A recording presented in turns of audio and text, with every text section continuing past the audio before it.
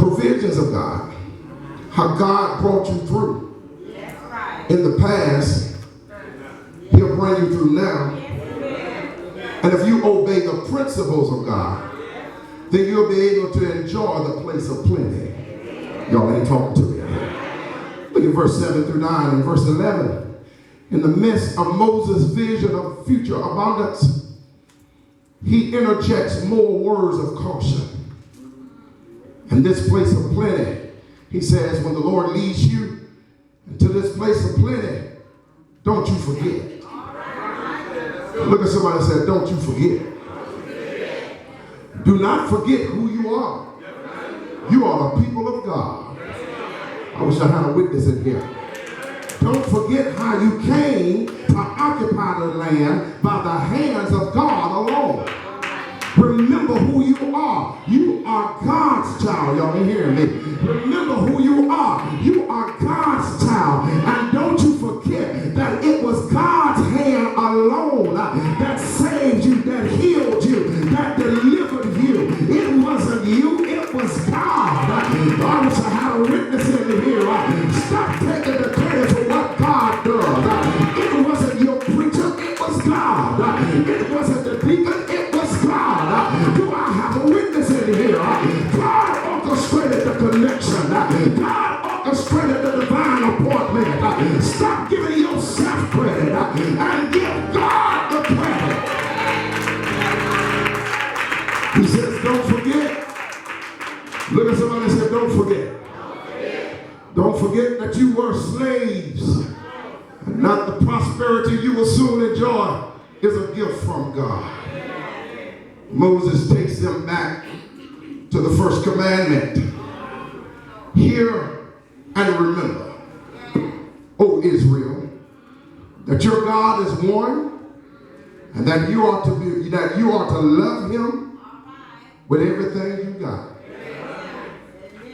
There's a whole country song that we used to sing in the country that says, church, what's the matter now?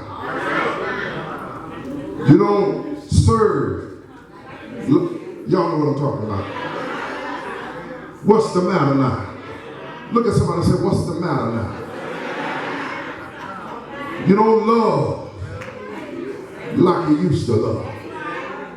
Everything else is in the way. You don't love God like you used to love it. You used to break the door down trying to get to the church. Now, you don't care whether or not you get there or not. Do I have a witness in here? But whatever you do, don't lose your first love. Maybe you didn't love him in the beginning. Maybe you came because grandmama sent you down the aisle. Maybe you came because mama told you it was time to get baptized. But you have the opportunity tonight to fall in love with him all over again. I wish I had a witness in here. Some folk don't want you to fall in love with the Lord because they want you to stay behind, following behind them in their mess. Do I have a witness in here? But God is calling us back to himself. He then warns them not to get caught up in the seductive nature of the material life. Moses predicts that when the Israelites come to the point where they lack nothing, they will be tempted to forget their God and begin to neglect the first commandment. So he warns them not to forget God when they reach their promised land. I dare you to look at somebody and say, whatever you do, don't you forget God when you enter into your promised land. I need you to turn around and look at somebody else and say, oh neighbor, whatever you do, don't forget God when you reach your promised land. Have I got a witness?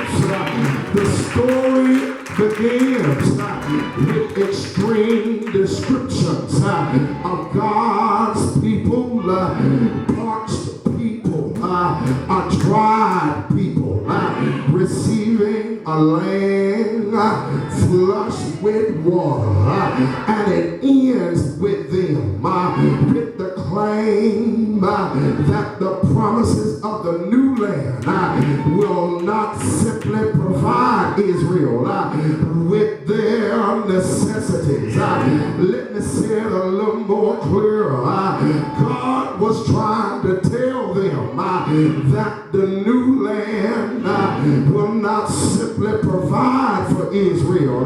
Do I have a witness? But that new land will also be a place where they will lack nothing. Have I got a witness? Y'all didn't catch that.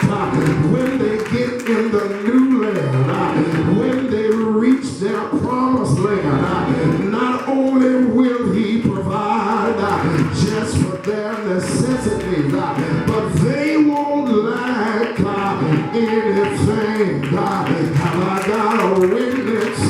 Whatever they need, God will provide. Have I got a witness? I just stopped by to tell y'all, whatever you need, God will provide. Have I got a witness? Is there anybody here that can say, I want more than just to get by? Look at your neighbor and go and take your neighbor by the hand and say, God got more. That's the wrong neighbor. Go to another neighbor and say, neighbor, oh, neighbor, God's got more. God's got more. He's got more joy. He's got more peace. He's got more love. Shout yes. Yes. Yes.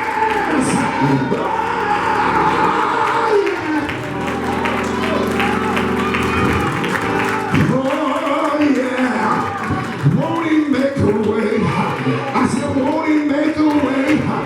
Won't he do it? Have you ever tried him? Won't the Lord make a way?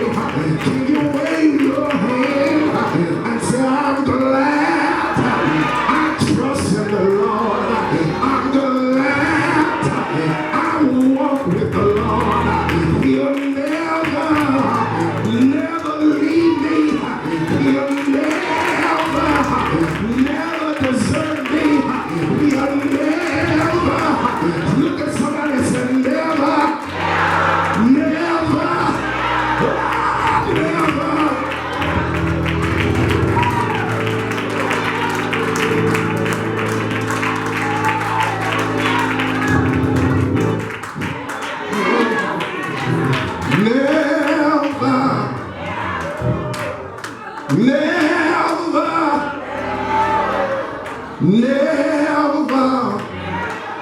Never. God, I feel like hollering one more time. But that's the only way it's tonight. Come on, stand to your feet. Come on, praise the Lord, somebody.